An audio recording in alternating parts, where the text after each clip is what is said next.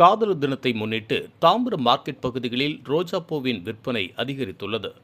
இன்று காதலர் தினம் கொண்டாடப்பட்டு வரும் நிலையில் தாம்பரம் சண்முகம் சாலையில் உள்ள மார்க்கெட் பகுதிகளில் பல்வேறு வண்ணத்தில் பூக்கள் விற்பனை செய்யப்பட்டு வருகிறது.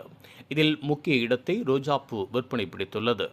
இதனால் காதலர்கள் வண்ண வண்ண ரோஜாப்பூ மற்றும் பூங்கொத்துகளை ஆர்வத்துடன் வாங்கி செல்லும் நிலையில் பூக்களின் விலை சற்று உயர்ந்துள்ளது. குறிப்பாக ரோஜாப்பூவின் விலை உயர்ந்துள்ளது.